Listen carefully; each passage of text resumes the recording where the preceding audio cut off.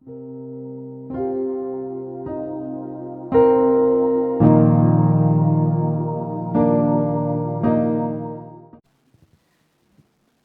deseo en esta mañana es retomar la serie que empezamos ya hace varios meses de Génesis. Y como hace tanto tiempo que la hemos dejado, hoy es prácticamente un volver a empezar.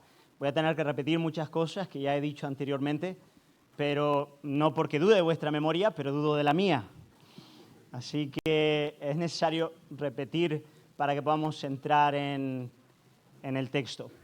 Así que os invito a abrir la Biblia en Génesis capítulo 1. Voy a estar leyendo los primeros 25 versículos de ese capítulo. Génesis 1 dice así la palabra del Señor. En el principio creó Dios los cielos y la tierra estaba desordenada y vacía, y las tinieblas estaban sobre la faz del abismo. Y el Espíritu de Dios se movía sobre la faz de las aguas. Y dijo Dios, sea la luz, y fue la luz. Y vio Dios que la luz era buena, y separó Dios la luz de las tinieblas. Y llamó Dios a la luz día, y a las tinieblas llamó noche. Y fue la tarde y la mañana un día. Luego dijo Dios, haya expansión en medio de las aguas, y separe las aguas de las aguas. E hizo Dios la expansión, y separó las aguas que estaban debajo de la expansión de las aguas que estaban sobre la expansión. Y fue así. Y llamó Dios a la expansión cielos, y fue la tarde y la mañana el día segundo. Dijo también Dios, júntense las aguas que están debajo de los cielos en un lugar, y descúbrase lo seco, y fue así. Y llamó Dios a lo seco tierra, y a la reunión de las aguas llamó mares. Y vio Dios que era bueno. Después dijo Dios, produzca la tierra hierba verde, hierba que dé semilla, árbol de fruto, que dé fruto según su género, y que su semilla esté en él sobre la tierra. Y fue así. Produjo pues la tierra hierba verde, hierba que da semilla según su naturaleza, y árbol que da fruto cuya semilla está en él, según su género. Y vio Dios que era bueno. Y fue la tarde y la mañana el día tercero. Dijo luego Dios, haya lumbreras en la expansión de los cielos para separar el día de la noche, y sirvan de señales para las estaciones, para días y años. Y sean por lumbreras en la expansión de los cielos para alumbrar sobre la tierra. Y fue así. E hizo Dios las dos grandes lumbreras, la lumbrera mayor para que señorease en el día, y la lumbrera menor para que señorease en la noche. Hizo también las estrellas. Y las puso Dios en la expansión de los cielos para alumbrar sobre la tierra, y para señorear en el día y en la noche, y para separar la luz de las tinieblas. Y vio Dios que era bueno. Y fue la tarde y la mañana el día cuarto. Dijo Dios, produzcan las aguas seres vivientes y aves que vuelen sobre la tierra en la abierta expansión de los cielos. Y creó Dios a los grandes monstruos marinos y todo ser viviente que se mueve, que las aguas produjeron según su género, y toda ave alada según su especie. Y vio Dios que era bueno. Y Dios los bendijo, diciendo, fructificad y multiplicaos, y llenad las aguas en los mares, y multiplíquese las aves en la tierra. Y fue la tarde y la mañana el día quinto. Luego dijo Dios, produzca la tierra seres vivientes según su género, bestias y serpientes y animales de toda la tierra según su especie. Y así fue. E hizo Dios animales de la tierra según su género, y ganado según su género, y todo animal que se arrastra sobre la tierra según su especie. Y vio Dios que era bueno. Vamos a orar. Padre, queremos en esta mañana, al considerar este texto que es asombroso, queremos maravillarnos de ti, de tu majestad, de tu gloria, de tu poder.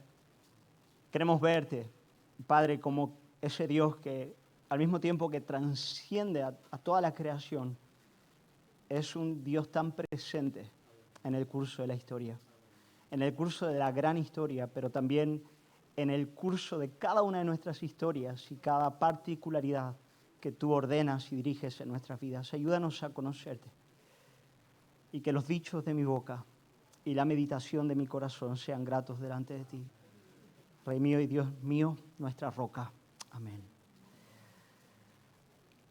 Amada iglesia, he escogido el Génesis, en principio los primeros 11 capítulos. Para mí es un gran desafío predicar este libro, lo confieso. Si van bien los primeros 11 capítulos, seguimos adelante. Pero lo he escogido y he escogido estos capítulos porque lo considero uno de los libros bíblicos más necesarios en nuestro tiempo, uno de los libros más importantes de nuestro tiempo. Y eso se debe a que aunque hay una distancia temporal y cultural importante entre el contexto en el que Moisés escribió este libro y nosotros, quiero argumentar que hay una relación muy cercana entre aquellos primeros receptores del libro y la realidad que nosotros estamos viviendo en el presente. Quiero argumentar eso con vosotros para que lo veáis. Génesis viene del hebreo Breshit, Breshit, que es la primera palabra de toda la Biblia, Breshit, que significa principio.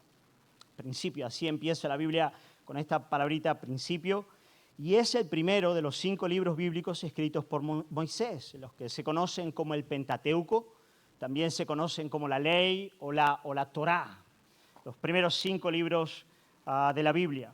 Y la obra completa, escrita por Moisés, ratificado en la autoría de Moisés tanto por Jesucristo como por cada uno de los apóstoles, todos ellos consideraban a Moisés el autor de estos libros, aunque él puede haberse bebido también de fuentes secundarias, de la tradición oral, para escribir lo que escribió y desde luego también de una revelación directa. Dios hablaba con Moisés cara a cara. A veces uno se pregunta, ¿cómo pudo Moisés saber todo esto? Bueno, ahí lo tenéis, Dios hablaba con él, había tradición oral y posiblemente habían también escritos antiguos de los cuales Moisés también se usó. Pero Moisés escribe este libro y lo entrega por primera vez al pueblo de Israel en el desierto, cuando estaban en el desierto, poco tiempo después de haber sido liberados de la esclavitud. No sabemos cuándo exactamente Moisés escribió, pero sabemos que Deuteronomio, que es el último libro del Pentateuco, fue redactado en las llanuras del Moab, junto a Jericó, al Jordán, no, justo detrás del Jordán, enfrente a Jericó. Así que Deuteronomio fue entregado al pueblo de Israel en ese momento. Deuteronomio significa la segunda ley. Moisés vuelve a transmitir la ley al pueblo. Por lo tanto, podemos intuir que la obra completa, los 5 primeros libros de la Biblia, escritos por Moisés, fueron otorgados a Josué, a Eleazar, que era sumo sacerdote en aquella época, justo antes de que el pueblo atravesase el Jordán para conquistar la tierra de la promesa. Así que creo que ese es el contexto del libro de Génesis. Y hay por lo menos 2 razones por las que este libro era importante en aquel momento para Israel y por las que es importante para nosotros como iglesia en el día de hoy, y las doy. La primera de ellas, Moisés otorga el Génesis y todo el Pentateuco a Israel para desarraigar Egipto de sus corazones, para desarraigar la esclavitud de sus corazones. Aunque ya eran un pueblo libre, 400 años de esclavitud habían hecho mella en el corazón del pueblo de Israel. Si nos atenemos al registro de los 40 años de travesía en el desierto, registro, por cierto, bastante angustiante, nos daremos cuenta de que las marcas de Egipto acompañaron a Israel aún a la salida de la esclavitud. Aún a la salida de la esclavitud, en todo su peregrinar. Por ejemplo, la adoración al becerro de oro indicaba que gran parte de la idolatría de Egipto todavía seguía en ellos. La preferencia a las cebollas de Egipto al maná del cielo, aunque aquel deleite implicase la esclavitud, pero ellos lo preferían. La incomprensión de las leyes del Señor y su desobediencia. Las dudas y temores que los azotaron por todo el camino, aquellos espías que viendo las gloriosas promesas de Dios seguían actuando como esclavos y dudaban de la bondad y del poder de Dios para darles la tierra después de haber visto todos los milagros que vieron en Egipto. Ellos seguían siendo en sus corazones un pueblo esclavo. Como muchos han dicho, ellos habían salido de Egipto, pero Egipto no había salido de ellos. Egipto seguía arraigado en sus corazones. Y por lo tanto, ¿qué hace Moisés? Moisés les escribe Génesis, les escribe a todo el Pentateuco para desarraigar la esclavitud del corazón del pueblo, para desarraigar Egipto, que todavía estaba tan dentro de las entrañas de Israel. Pero en segundo lugar, otra razón por la cual Moisés escribe para proveerle al pueblo de un nuevo fundamento en el que edificar. Un nuevo fundamento en el que edificar, unas bases, unos principios a partir de los cuales ellos debían vivir en esa nueva realidad de libertad, especialmente cuando entrasen a la tierra de la promesa y llegasen a ser una gran nación en aquel lugar. Hermanos, después de 400 años como esclavos de la mayor de las potencias y civilizaciones de su tiempo, Egipto en aquella época era la potencia del mundo. Ahora ellos eran un pueblo nómada. 3 millones de personas avanzando en el desierto, sin fundamento alguno, sin saber cómo debían vivir. De modo que necesitaban nuevas bases en las que establecer sus vidas, tanto a nivel individual como también nacional. Todo el pueblo de Israel. Y Génesis es básicamente un libro de principios, es un libro de fundamentos, es el origen de todas las cosas. Si tú quieres entender el origen de todas las cosas, tienes que ir a este primer libro de la Biblia que te da la base de todo el restante de la Escritura. Sin Génesis no podemos entender toda la revelación bíblica, pero tampoco podemos entender la civilización occidental, no podemos entender nuestra existencia. Génesis es la base, es el fundamento. En Génesis, Moisés les proveyó de una cosmovisión cristiana, de una visión del mundo a partir de la perspectiva divina de Dios. Una visión divina a partir de los parámetros de Dios. A través de este libro, ellos serían santificados de muchos conceptos erróneos que habían adoptado en Egipto y serían capacitados para establecer nuevas bases en todas las dimensiones de sus vidas, partiendo de la comunión con Dios, de la religión, del culto, pero avanzando al matrimonio, a la familia, a la crianza de hijos, al trabajo, a la cultura y así por delante. Génesis iba a establecer una nueva humanidad, una nueva civilización a partir de una base y un fundamento mejor. Y hermanos, repito lo que dije al principio, yo considero que esta es la mayor necesidad de la iglesia en nuestro tiempo. La principal razón por la que la iglesia de nuestro tiempo no es capaz de impactar nuestra sociedad, que languidece y clama por respuestas, es que sigue habiendo mucho de Egipto en nosotros. Estamos muy influenciados por el modus operandi de pensar, sentir y vivir de este mundo. De modo que, escuchadme bien, además de una experiencia genuina y poderosa con el Evangelio, además de ser liberados de la esclavitud de Egipto, necesitamos que el Génesis y toda la revelación divina venga a formar en nosotros una cosmovisión cristiana y nos empuje a adorar al Dios que nos salvó. Que venga a cambiarnos por completo, que venga a transformarnos. Pero además, amada iglesia, vivimos en una sociedad en la que los fundamentos han sido destruidos. No hay fundamentos. Y como dice el salmista, si fueren destruidos los fundamentos, ¿qué ha de hacer el justo? Se nos ha hecho creer que es posible vivir sin considerar a fondo las cuestiones más elementales de nuestra existencia, Dios, el hombre, la mujer, el pecado, la redención, para después adoctrinarnos de un modo pernicioso y totalitario. El ruido, la diversión, el movimiento, la especialización nos han convertido en esclavos, en verdaderos esclavos. Pero, como muchos han dicho también, nos han encerrado en lo que muchos llaman una prisión de algodón. Somos esclavos, pero somos esclavos de una sociedad cómoda que nos amolda, nos adoctrina y nos esclaviza.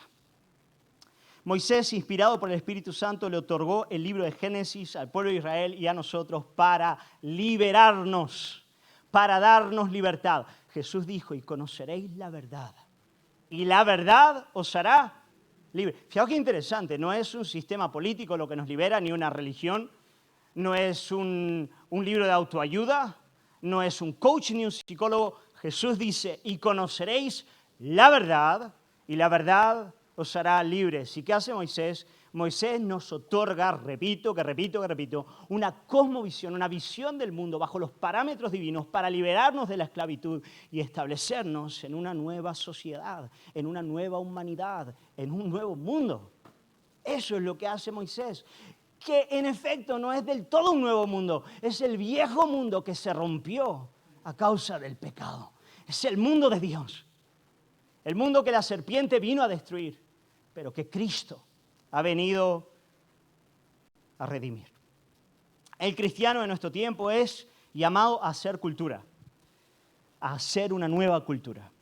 Debe empaparse de la cosmovisión bíblica para adentrarse al matrimonio, sabiendo cuál es el rol del hombre y de la mujer, para criar a sus hijos, entendiendo en qué consiste la autoridad, el amor y la disciplina, para pensar en el trabajo en términos de honestidad, pero también de sacrificio, para tener un concepto correcto de la política, a un aprecio de su propia vida, como nuestro amado hermano Charlie Kirk padeció hace 2 años muriendo por causa de sus firmes convicciones cristianas, para tener un concepto correcto de la política, del arte, de la cultura.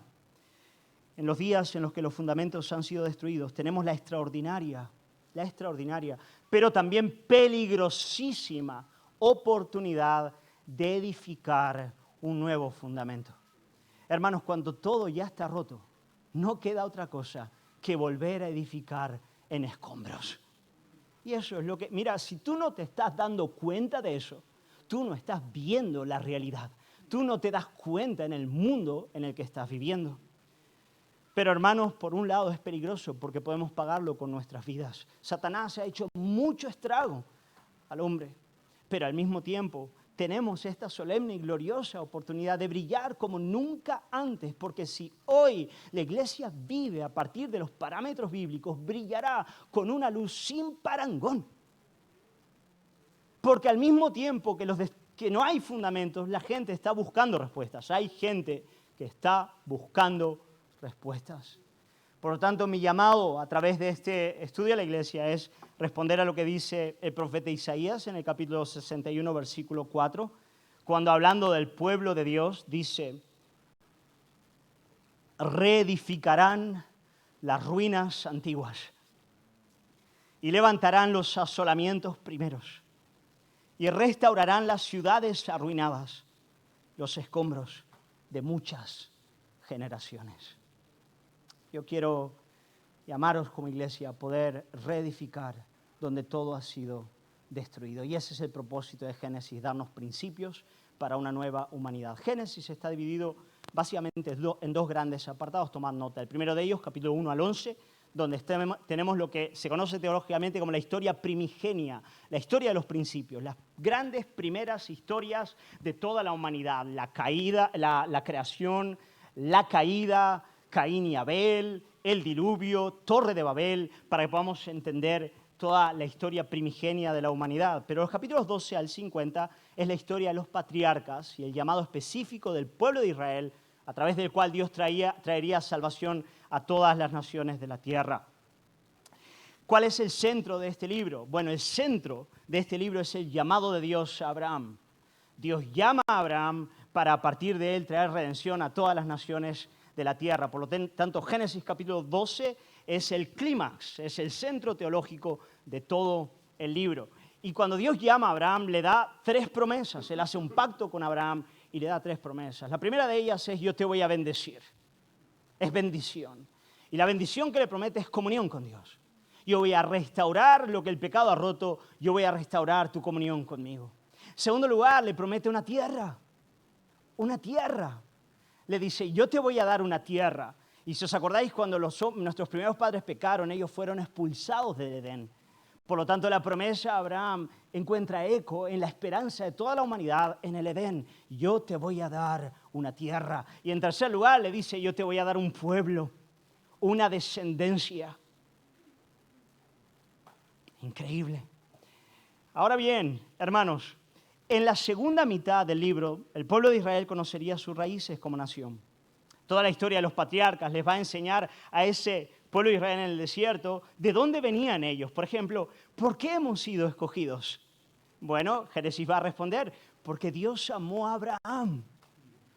Porque Dios lo amó a él y lo escogió de entre todas las naciones de la tierra que fueron todas divididas en la Torre de Babel. Lo escogió a él para traer salvación. Por eso vosotros sois un pueblo especial. ¿Por qué hemos parado en Egipto como esclavos? Bueno, la historia de José les va a enseñar cómo la nación de Israel terminó en Egipto.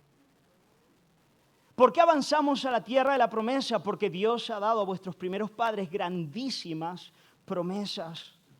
Por lo tanto, a Israel en el desierto encontraría su identidad en esta segunda mitad del libro de Génesis. Pero la primera mitad del libro es importantísima porque conecta la historia de Israel y las promesas otorgadas por Dios a Abraham, de las cuales la más importante es que un día un hijo suyo, una simiente suya, vendría a traer bendición a todas las familias de la tierra. Esa es la razón por la que estamos aquí, porque un hijo de Abraham vino a morir, a resucitar y a sentarse a la diestra de Dios. Pero la primera mitad del Génesis conecta la historia de Abraham y toda la historia de Israel con la historia de la humanidad. Abraham es hijo de Adán. Y la promesa que Dios le dio a Abraham se la entregó antes a nuestros primeros padres. Porque la simiente de Abraham, Génesis capítulo 12, es la simiente de la mujer que un día pisaría la cabeza de la serpiente. Por lo tanto, Abraham era un hijo de la humanidad y mediante Abraham llegaría el día donde la bendición de Dios y la redención de Dios alcanzaría a todas las naciones de la tierra. Por lo tanto, la historia de Israel es una historia propia, pero también es una historia compartida. Es una historia de toda la humanidad. Es una esperanza que nos transporta una vez más a todo aquello que hemos perdido en el Edén a causa del pecado de nuestros primeros padres. ¿Os dais cuenta cómo trabaja y cómo funciona este extraordinario libro? La primera mitad del Génesis, venid conmigo al pueblo en Israel, le enseñaba al pueblo de Israel que Yahweh, que Jehová, el Dios de Israel, no es un Dios tribal, no es un Dios particular de una nación, no es como Ra, no es como el Dios Sol o como el Dios Luna de Egipto. No, el Dios de Israel es el creador de los cielos y la tierra. Aquel que ha creado todas las cosas, que gobierna con poder y majestad, que tiene dominio sobre todas las naciones y hace en toda la tierra lo que Él quiere. Eso es lo que Israel iba a entender a partir de estos primeros 11 capítulos. Increíble. Y ellos iban a aprender además que la simiente de Abraham es también la simiente de Adán, el último y mejor Adán. Y hermanos, así llegamos al capítulo 1. Y quiero que podamos entrar brevemente en él. No voy a entrar hoy mucho en el capítulo, pero algunas cosas importantes sí quiero decir que podemos ver claramente en este texto. Amada iglesia, tenedme un poco de compasión, aunque parezca raro, pero ¿quién es capaz de predicar esto? ¿No es verdad? Estaba mirando esto esta semana una vez más. Mira que lo he leído en mi vida. He pasado por este capítulo, pero digo, Dios, esto no da a nivel teológico, no a poético, no es posible, Señor, hablar como se debe de un capítulo tan fascinante como este. El cristianismo tiene dos grandes milagros, la creación y la resurrección. Son dos cosas que se nos escapan completamente. La creación y la resurrección, pero este es el gran texto, este es el texto que responde a la cuestión filosófica de por qué existe algo y no nada. Es de locos. ¿Por qué existe algo y no nada? Bueno, porque Dios siempre ha existido y Él ha creado todas las cosas.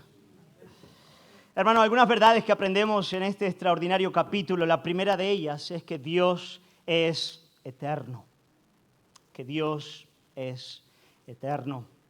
Leemos el versículo 1, en el principio creó Dios, pero Dios no tiene principio ni fue creado. Él trasciende a la realidad creada. Él está fuera de la creación y es el principio de todas las cosas. Él no está dentro de lo creado. Y esta es la razón por la que las inquietudes más profundas del hombre, las respuestas a nuestras interrogantes más básicas y la satisfacción de nuestros anhelos más arraigados no se encuentran dentro de la caja, no están dentro de este mundo. Por eso cuando el hombre solamente mirando al mundo intenta responder a las interrogantes más fundamentales de su existencia o satisfacer los anhelos más profundos de su corazón, no lo logra. ¿Por qué? Porque el Dios en quien están las respuestas, el Dios en quien está la alegría última del corazón humano, es un Dios que trasciende a la creación. Un Dios que está muy por encima y fuera de ella, pero que se nos ha revelado, bendito sea el nombre del Señor, en su santa palabra y de manera muy especial en la persona de su Hijo, nuestro Señor Jesucristo. Hermanos, ¿cuál es la razón por la cual la idolatría es un pecado tan grave? Por esta misma, porque Dios no es un ser creado, porque Dios no es uno de los dioses de Egipto como el sol, como la luna o como los ríos. Dios está por encima y por fuera de todo lo que Él ha hecho. Primer mandamiento, ¿cuál es la razón de él? Bueno, que Dios es el único Dios verdadero por encima de la creación. ¿Por qué la razón del segundo mandamiento de no hacernos imágenes? De nuevo, la misma idea, porque Dios es espíritu, porque Él es invisible, porque Él está fuera de la creación. Por lo tanto, cualquier imagen que hagamos para adorar reduce y distorsiona al Dios del cielo. Porque Él transciende a la realidad creada, porque Él está por encima de ella. Y aunque a algunos ahora les parezca una charla pero muy rara, escuchadme porque soy vuestro pastor y os amo, la distinción entre el creador y la criatura es la base de toda teología sólida en la mente del creyente y en la iglesia. Y aunque os parezca loco y descabellado en el día de hoy, es lo que más nos cuesta. Tendemos a reducir a Dios a la realidad creada, pensamos en Él a partir de parámetros humanos, adoramos a la criatura, nos creamos dioses a nuestra propia imagen y semejanza, y eso no ocurre sin socavar, en primer lugar, la gloria de Dios, y en segundo lugar, sin destruirnos la vida. Porque nada de la creación puede ocupar el lugar que solamente le pertenece a Dios. Él es el único digno de ser adorado. ¿Por qué? Porque Él es el creador de los cielos y la tierra. Y por eso solo Él merece la gloria, la honra y el loor. Dios es eterno. Eso es lo primero. Segundo lugar, Dios es el creador de todas las cosas. Dice el versículo 1 todavía, en el principio creó Dios los cielos y la tierra. Eso implica todo. La realidad visible e invisible, las montañas, los árboles, las mariposas, ángeles, demonios, todo creado por Dios. Notad que, a diferencia de lo que los paganos pensaban en tiempos de Moisés y en los días de hoy, la materia no es eterna. Ni el espacio, ni el tiempo son eternos. Todo lo que vemos a nuestro alrededor tiene un principio, tiene una causa. Es dependiente, es contingente, proviene de algo. No ha existido eternamente. Solo Dios es eterno. Solo Dios es eterno. Él es el principio de toda existencia. Mira, la palabra que utiliza el hebraico para hablar de crear es una palabra que en el Antiguo Testamento solo se utiliza para Dios. Y es la palabra bará. Solo para Dios se utiliza esa palabra. Y ella indica que cuando Dios crea, Él no está moldeando una materia previamente existente. No, Dios está creando todo lo que existe de la nada. De la nada, mediante su palabra, Él trae a existencia lo que no existía. Eso es extraordinario. Eso es de quitar el aliento. Dios no toma una materia previamente creada para darle forma. Él trae a existencia lo que no existe. Eso es algo que el hombre no puede hacer. Solo Dios puede actuar de ese modo. Pero al mismo tiempo, en este acto creativo, nos damos cuenta y prestad atención que el mundo, la materia y todo lo que existe no es una emanación de Dios. No comparte de la naturaleza divina. Y quiero hablar de esto. Porque aunque os parezca extraño, hoy en día esta es la religión que prevalece. Hay muchísima gente en nuestro tiempo que piensa que la creación de alguna manera es divina, participa de la misma esencia de Dios, comparte de la naturaleza de Dios, pero no es así. Muchos hoy en día dicen el sol es Dios, es una parte de Dios, las montañas son divinas, las piedras son divinas, Dios está en ti, tú eres divino. Eso hoy en día es fuerte. Todo eso viene de la nueva era y de la religión, de las religiones orientales. Pero cuando la Biblia habla de la creación, la Biblia habla de una creación a la que Dios le otorga una existencia propia y aparte de Él. aunque dependiente de Él. Dios en su providencia actúa en ella, la preserva, la cuida, la dirige a sus propósitos, pero ella tiene una existencia propia y una naturaleza propia distinta al Dios que la creó. De modo que es completamente dependiente de Dios. Hermanos, voy a decir algo tan raro, pero es tan importante. ¿Sabes? Eso es lo que dio lugar a las ciencias. Eso es lo que hizo que la cultura occidental se acercase a la naturaleza ya no con temor o con un tipo de superstición religiosa, sino que pudiese acercarse a ella para estudiarla, sabiendo que ella no es divina, aunque refleja la gloria de su Creador. Y los primeros padres del pensamiento científico fueron todos ellos cristianos. Así lo fue Newton, así lo fueron muchos otros, aunque eso moleste a muchos ateos de nuestro día, pero es esencialmente historia. Nos acercamos a la naturaleza como una buena dádiva de Dios, pero no la adoramos, no la servimos, ni somos esclavos de ella. La cuidamos porque da a conocer la gloria de nuestro Creador, pero también somos libres de la esclavitud de adorarla o de temerla. Pero finalmente, aún en este primer versículo, me encanta destacar de nuevo la palabra Breshit, que es la palabra principio. Me encanta esta idea, porque esta idea indica que Dios está empezando a escribir una historia, una narrativa, donde hay un principio, hay un medio y hay un fin, hay una historia. Hay una idea que está siendo transmitida, un pensamiento, una narrativa que está aconteciendo en esta vida de los hombres. Y eso es algo también precioso. Yo creo que es muy importante que los padres cristianos enseñen narrativas e historias a sus hijos. A mí me encantaba leerle Narnia a mis pequeñas, todavía lo hago de vez en cuando, pero me gusta que ellos puedan entender que hay un propósito, que hay un camino, que Dios está escribiendo en esta creación suya, su historia. Por lo tanto, Dios es eterno, Él es el creador de todas las cosas. En tercer lugar, mirad qué poderoso, Dios es el que gobierna, nombra y emite juicio sobre toda la creación. Claro, con esas tres palabras. Dios gobierna, nombra y emite juicio sobre toda la creación. Está interesante cómo, conectando el versículo 1 con el versículo 2, nos damos cuenta de que cuando Dios crea todas las cosas, no las crea ya ordenadas y completas, ordenadas y arregladas. No, en realidad en el versículo 2 nos damos cuenta de que esa creación primigenia, primera de Dios, es un tipo de masa acuosa, informe, vacía, oscura. Mira lo que dice el versículo 2, dice, y la tierra estaba desordenada y vacía, y las tinieblas estaban sobre la faz del abismo. A mí me encanta intentar ir a ese lugar e imaginármelo, es casi imposible, ¿no es verdad?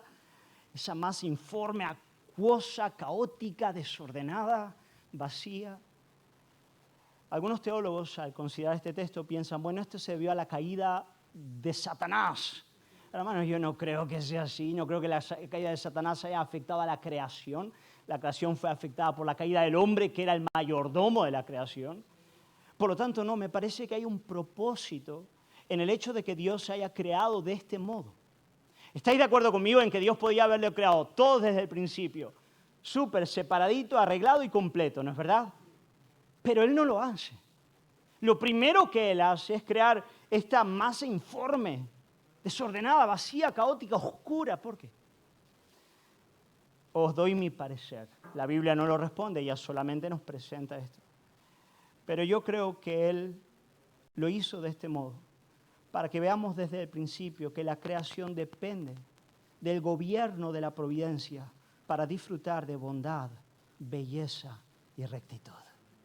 Que esa creación de Dios, lejos de su mano providencial, lejos de su espíritu que se mueve como águila sobre las aguas, lejos de su palabra que instruye, que ministra, que crea, que dirige, es una creación caótica. Y eso es lo que hemos experimentado a causa del pecado, cuando nos hemos apartado de la palabra de Dios, oyendo a la serpiente, cuando nos hemos apartado de su espíritu. ¿Qué ha ocurrido? Caos, oscuridad y muerte. Divorcios, hijos perdidos en las drogas, niños que no saben si son hombres o mujeres, una sociedad que se está muriendo. Dios crea esta masa que a mí me parece, no es pecaminosa esta masa. No hay pecado en ella, ojo, sencillamente es informe, es vacía, está oscura. Tiene que trabajarse. La imagen que me viene a mí a la mente es la de la arcilla en las manos del alfarero, que tiene que ir siendo moldeada. Pero ya en este primer acto nos damos cuenta de que ese Dios que transciende a la creación es un Dios que está muy presente en ella. Segunda mitad del versículo 2 nos dice que el Espíritu de Dios se estaba moviendo sobre la faz de las aguas. Y Dios viene con su gobierno y los primeros 3 días de la creación lo que Él hace es separar. Él hace es separar. En el primer día Él separa la luz de las tinieblas. La luz de las tinieblas. El segundo día Él separa el cielo de la tierra. Él crea la atmósfera. Todo es separación ahí. En el tercer día Él separa la tierra seca de los mares.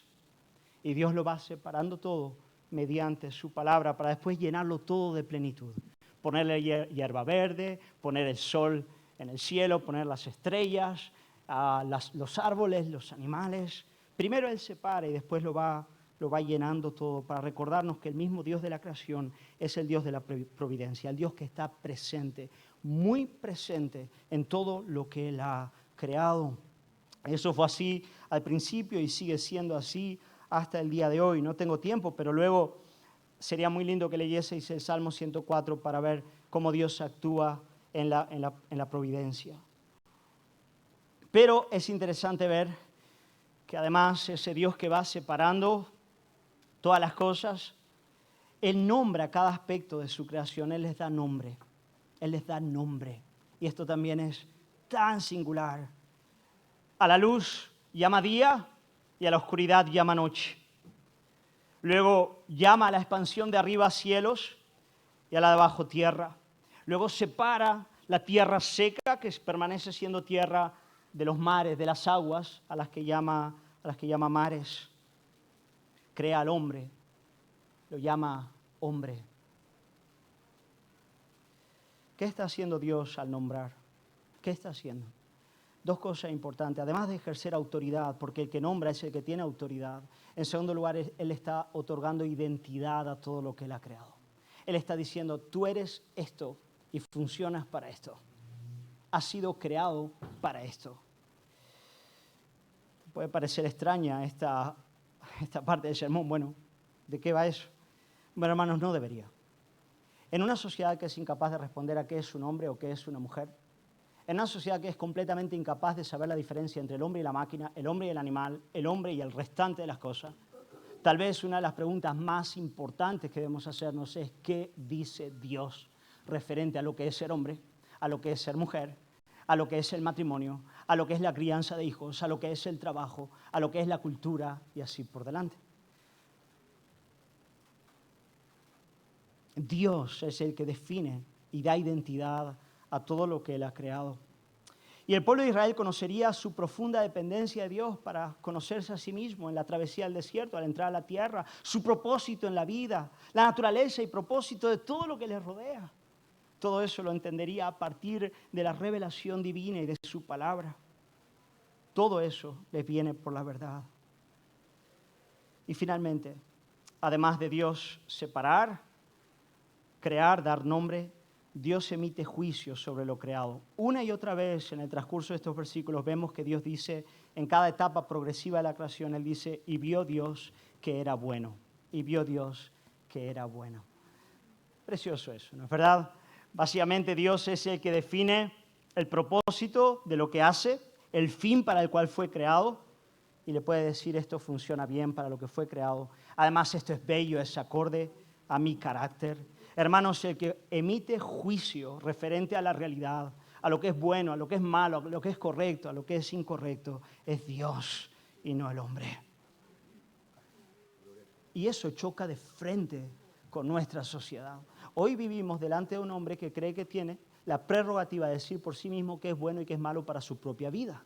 Y de ahí el caos en el que nos encontramos. ¿Quién eres tú para decirme a mí qué es bueno o qué es malo? Yo no soy nadie. Pero la palabra de Dios lo es todo. Dios es el que emite juicio sobre lo creado. Y finalmente, para ir terminando, amada iglesia, el último punto que quiero destacar es que Dios crea todas las cosas por medio de su palabra, por la instrumentalidad de su palabra. Una y otra vez el texto nos dice, y dijo Dios, y dijo Dios, y dijo Dios. Increíble, imaginaos el pueblo de Israel que oye la voz del Altísimo junto al monte Sinaí otorgándoles los 10 mandamientos. Y ahora ellos sabían que esos 10 mandamientos, esa palabra de la ley, era la misma palabra mediante la cual Dios había creado todas las cosas. Por lo tanto, ellos sabían que cada una de esas leyes, que cada uno de esos mandamientos tenía una correlación directa con la naturaleza de lo creado y cómo todo funciona a la perfección. Era una ley perfecta, porque la misma palabra que les otorgaba la ley era la palabra que creó todo el universo. ¡Wow! Eso es hermoso. Y ellos lo entendieron progresivamente, no fue fácil, pero lo fueron entendiendo. Pero bendito sea el nombre del Señor, y con esto termino. Nosotros como cristianos sabemos que esa palabra que al principio creó todas las cosas, esa palabra que en el desierto otorgó la ley al pueblo de Israel, es una palabra que hizo algo más en la humanidad. Juan capítulo 1, versículos 1 al 4, dice, haciendo eco de Génesis capítulo 1, dice, en el principio era la palabra. ¿Vale? Aquí la palabra logos es la palabra griega, es la palabra. En el principio era la palabra. Y la palabra era con Dios, estaba con Dios. Y la palabra era Dios, compartía de la misma naturaleza divina. Este era en el principio con Dios. Todas las cosas por Él fueron hechas y sin Él nada de lo que ha sido hecho fue hecho. En Él estaba la vida y la vida era la luz de los hombres. Y ahora en el versículo 14 dice, y aquel verbo, aquella palabra, hablando de Jesús, fue hecho carne. Gloria al Señor. Aquella palabra fue hecha carne y habitó entre nosotros. Y vimos su gloria, gloria como del unigénito del Padre, lleno de gracia y de verdad. Por lo tanto, bendito sea el nombre del Señor, porque Él se ha revelado en la creación, se ha revelado en su ley, pero finalmente se ha revelado en la persona de nuestro Señor y Salvador, Jesucristo. Jesús es la piedra angular de la cosmovisión cristiana, de nuestro conocimiento de Dios y de toda nuestra vida. ¿Qué quiero animarte a hacer, amado hermano, hermana, después de este sermón? Quiero animarte a leer los primeros 11 capítulos de Génesis. Leerlos con atención, leerlos con profundidad, leerlos diciendo, ayúdame, Señor, a entender el mundo como tú lo has creado, como tú lo ves, como tú lo entiendes. Dame las gracias, Señor, de conocerte en tu palabra. Amén. Vamos a orar y terminar este tiempo. Aleluya. Señor, queremos alabarte porque, Padre, tu palabra viene a nuestras vidas para liberarnos de la esclavitud, para darnos a conocer la verdad, una verdad a la que no tendríamos acceso si tú no te hubieses revelado, Padre, pero tú lo has hecho. Lo has hecho en la creación, lo has hecho en tu palabra, lo has hecho en la persona de nuestro Señor y Salvador Jesucristo. Y tú como pueblo tuyo, pueblo al que por gracia y misericordia has liberado de la esclavitud en Egipto, tú nos llamas a este privilegio, Padre, de poder conocer la verdad, de poder ser transformados por la verdad y poder edificar nuestras vidas en ella. Yo quiero orar por tu iglesia, quiero orar por mis hermanos, aquellos que en este lugar te conocen, te aman, aquellos en este lugar que verdaderamente quieren vivir para tu gloria. Señor, yo quiero pedirte que tú les sumerjas en tu palabra. Quiero rogarte a aquellos que han leído el libro de Génesis una y otra vez, que al volver a tu palabra, Señor, ellos puedan conocer tu luz, conocer tu verdad, Señor. Padre, hay tantos desórdenes en la mente y en el corazón nuestro que nos esclavizan. Hay tanto orgullo, hay tanta rebelión, hay tanta oscuridad, hay tanto laberinto, Señor. que solamente mediante la asidua y constante meditación y consideración de tu palabra, Señor, tú nos puedes ir liberando de la esclavitud. Yo quiero rogártelo, Padre, mientras hay tiempo, mientras nuestras vidas no han sido destruidas, Señor, yo quiero rogarte que así sea, Padre. Pero también quiero orar por aquellos que no están establecidos sobre tu palabra, no están firmes en ella, para que tú en tu misericordia les des salvación. Padre, yo quiero pedirte que en tu gracia, Señor, ellos puedan conocer al Hijo, conocer la palabra encarnada, conocer su muerte y resurrección, Padre, y que ellos puedan ser liberados de la esclavitud y el pecado. Te alabamos, Señor, y te agradecemos. Oramos en el nombre de Jesús. Amén. Amada iglesia, nos ponemos de pie y tenemos un canto.